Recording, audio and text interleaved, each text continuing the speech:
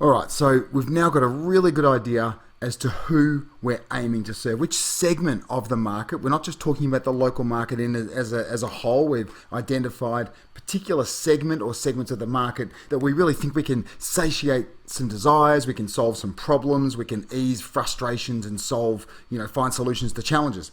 So the next part is the research phase, and that means proving your concept. Now, I've recommended, you're going to spend a lot of time in this section. It's really, really strongly advisable that you do this properly. And I've suggested here, if you spend 2 weeks, and I'll show you how I think you can do that, 2 weeks, maybe 3 to 4 hours a day in the research phase, proving your concept to the point that you can be almost guaranteed that people are going to buy what you have to sell. Does your hunch have oxygen? Does your chosen segment have needs? Do they have desires that you can satiate? Do they have challenges? Do they have, as we said, those pains, those frustrations, those fears with their current solution? If they have a current solution, are they looking for pleasure? Have they got unfulfilled desires? So that's what you're wanting to find out in this section. It's going to take you some time, and you're going to need to do this properly. A lot of people tend to skip over this proof of concept stage because it's time consuming. It can be a little overwhelming, and many just go with a hunch. They think they know, and they get straight to the development stage. And as you're going to find out in this section, that's a big mistake. So as I say, take the time. I would time block. That's the way I used to do it. And what I mean by that is I would set aside a chunk of time to dedicate to a task. And guys, this really is the difference between success and failure. So I really implore you to take this seriously, do this properly. And by time blocking, I'm talking about literally blocking out a period of time in a day. So as I said here, I recommend, if you can, 3 to 4 hours per day. And that means that you shut out the world, you switch your phone off, you set an alarm, the alarm goes off, you start working on a task, all of your browsers are shut down, there's no emails coming in, nothing, and you are completely dedicated, uninterrupted to this task until that alarm goes off again, and you see what you can achieve in that 3 to 4 hours. It might be 1 to 2 hours, whatever it is. You'll be absolutely staggered by what you can achieve in a short period of time. That is the only way I've ever felt that I can really get things done. Identify that one big chunky task that is going to take me that step further, identify it, block some time out, and just get it done. I've time blocked right now, and I've blocked out 3 hours to get this done and get it recorded. And to reinforce this point, if you do this properly, you can almost guarantee that when you launch that adapted or that new experience to a market segment,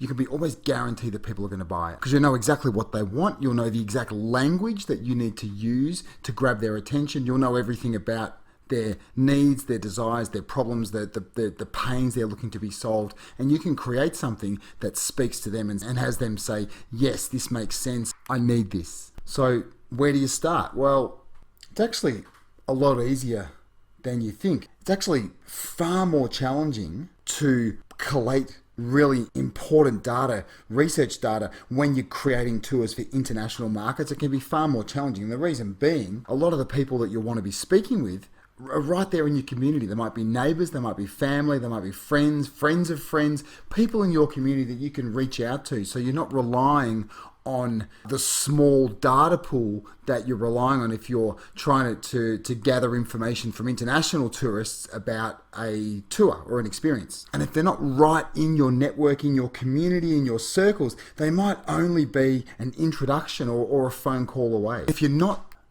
talking to, you're not doing research with someone that's a personal acquaintance or someone that you can be introduced to, that's okay. You just need to ask yourself, if you're reaching out to someone that doesn't know you, that's fine. You can still get some really, really great help and some really valuable insights and information, but you just need to consider what you can do to encourage them to help you. What can you offer someone to help you? How can you incentivize somebody? So let's take a look at a few examples. So we'll start with the over 60s market. So you might have Mary and Joe next door, or you might have friends of your parents. You might have the lady who runs the local boutique, or your uncle who does a lot of international travel and fits that age demographic.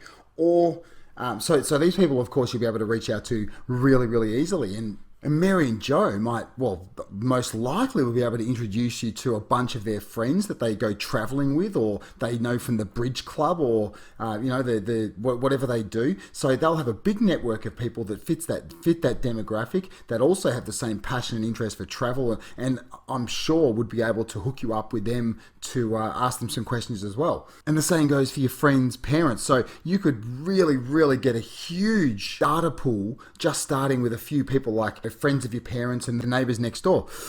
But another place you could consider would be approaching your local travel agent, telling them what you're doing, what you're wanting to achieve, and ask them if they would be willing to make some introductions to some of their clients or past customers, past inquiries, people that fit that demographic. And you might say, well, why would they do that? What's in it for them? Well, what if you offered to share your research with them? I mean, you're going to be asking a whole bunch of people they might consider customers or might consider leads, a whole range of questions based around their travel desires, their problems, frustrations, their the pain points, all these kind of things. Really, really valuable stuff for that travel agent. So you're going to do the work for them and share the information that I'm sure they'll find really valuable. So no doubt they'd be really keen to help make some introductions there. So again, it takes a little thinking outside the box. How can you get them to help you? What can you offer them to, incentivize them to help you? Next, what about bachelorette parties or, bachelor parties? Let's say bachelorette parties. So obviously, the first place you would look would be all those people around you that have ever got married, that possibly in recent times, so it's a nice fresh memory, and I'm sure you'd know tons and tons and tons of them. And if they got married, the majority would have had a bachelorette party, or down here in Australia we call it a hens party. So you would start there with them, and I'm sure you could very, very quickly speak to a whole bunch of people that fit this demographic, this target market. Now, if you're finding that for whatever reason you might not be able to get the data pool that you're after, well, you may approach a wedding planner, for example, and again, they might be able to put you in touch with, or an event planner, a party planner, whatever it is.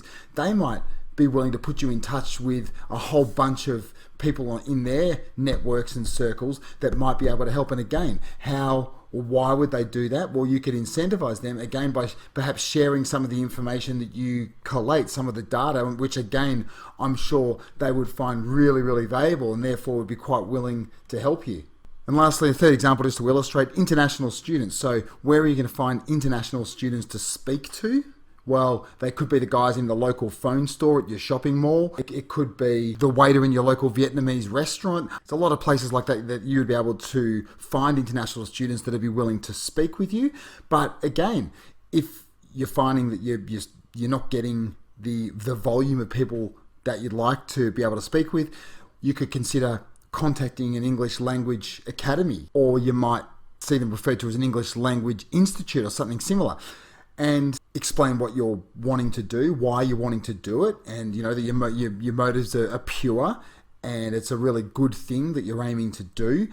And would they be willing to put you in contact with a whole bunch of their students that might be able to answer some questions for you, and in return the information that you're going to be collating again to an English language academy would be really, really valuable. They would love to know, I'm sure, about all of these desires that want to be satiated, these problems, these challenges and frustrations. Okay, so once again, to reiterate, what you're wanting to do is find out from those chosen segments if they have needs, if they have desires that you can satiate, if they've got problems or frustrations that you feel you can find a solution for.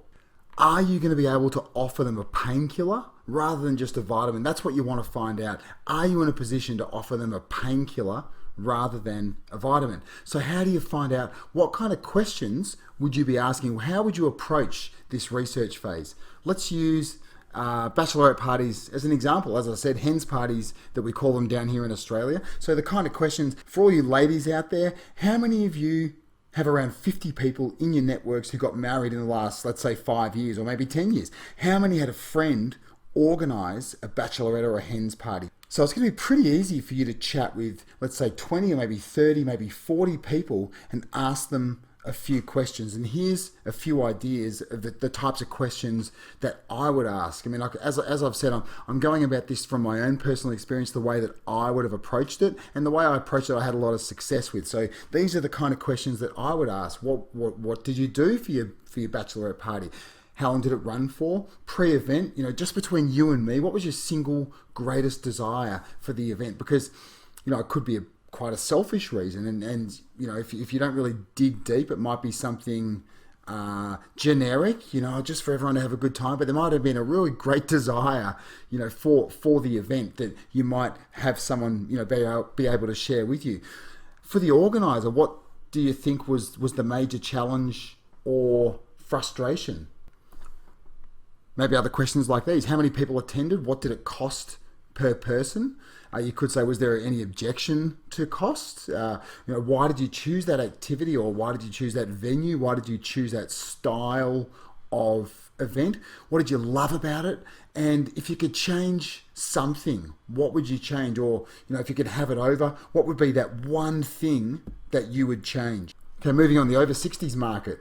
Now, you just never know what kind of information a question's going to extract. So here's some of the questions that I would consider asking. How many trips do you take per year, just to get a sense of what their year looks like with regards to holidays? Where do you go? What do you usually do? How much do you normally spend on these trips? Again, you might want to dig a little deeper here, depending on the answers that you come back with. Will you be planning an overseas trip later this year or next year? What's your single biggest hesitation to taking a local tour or activity or a local experience?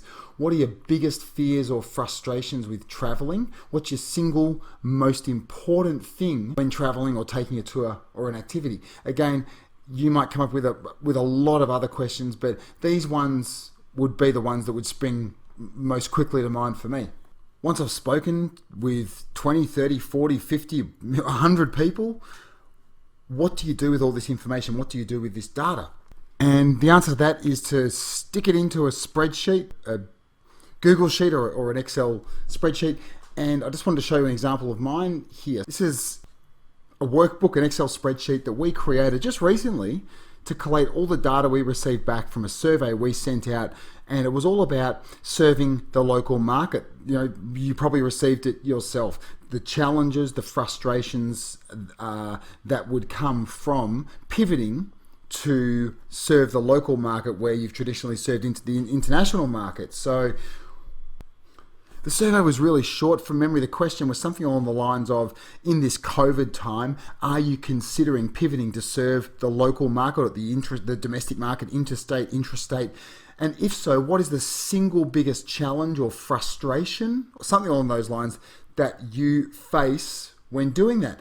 And we sent that out, as you can see down here. You obviously would be familiar with Kelsey Tone, the Be a Better Guide project. So there you can see there Kelsey's responses. I think he had around, from that survey, around 60 odd, sorry, that was mine, Sunshine Tribe, 60 odd responses for that survey. And I think Kelsey had about 70, so that's great. So between, it's about 130 responses, a good result. And we simply dropped the answers into this spreadsheet so we could go down and we could take a look at exactly what people were saying and at the language that they were actually using. So really interesting way, and we simply just dropped it all into this spreadsheet that we could look at quite easily. And then what we did is pull some common themes together. So of all of those answers, these were the really common themes, and we just made some headings for those. So local attitude to tours and activities, lead gen, we're talking the biggest challenges or pains or frustrations, product creation, lead generation and marketing strategies, pricing and profitability, choosing a segment, health and safety issues. And we could see how many people really found these challenging, found these to be real pain points of theirs. And again, for mine, they were very, very similar. Tours, local attitudes to tours and activities, marketing, lead generation. So you can see it all there. And that literally helped me create this workshop, because I knew exactly what was important to people, exactly what people would want to see in that workshop. So really simply pulling it into a workbook, an Excel spreadsheet, a Google Sheet, and then just grouping those common themes to see what sort of trends you're seeing within those answers. Now, after going about the process in the way that I've recommended above, if you're still not getting the depth and the volume of insights that you're hoping for, that's fine. I then go about it in a different way. And I would start looking for fishing holes is the way I describe them. And by fishing holes, I'm talking about places that people congregate in the real world and online. Obviously, online is where it's at the moment. The groups that people are congregating in online, and the places that I would look first would be LinkedIn groups and Facebook groups.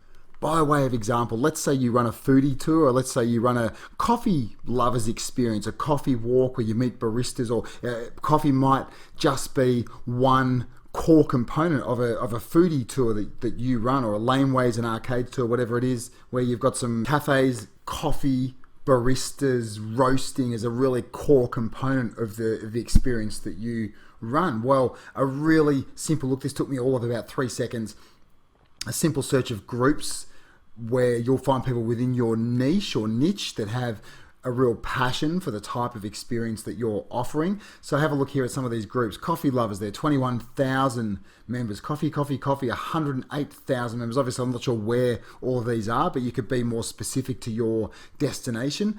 The World of Coffee, 18,000. The World of Coffee down there, 200,000 members of a group that all they want to do is talk and share all things coffee. So that is a really, really great fishing hole. And what you'd want to do is get involved, immerse yourself in the group. So start reading threads, start asking questions. Hey guys, I'm currently creating a new coffee experience X, Y, or Z, and I'm curious if you guys have ever blah blah blah. So people are going to be really responsive, and if you're just open and honest, hey, I'm just creating this thing and I'd love to ask you a few questions, hoping you can help me, you will find, and from my experience, that people really, really want to jump in. They want to talk about their passion, they want to help, they want to give advice, suggestions, feedback, tips. So that's one thing. And then you would also start sharing your wisdom, your expertise, and start positioning yourself as an authority. Start positioning yourself as the go-to person on this subject or topic or niche or specific interest. And you'll hopefully be able to find groups of people that are in your local area or within your state or within your country that could be potential leads, potential customers. And you can start asking them the same types of questions that you've asked in the outreach process that I've already outlined in this workshop.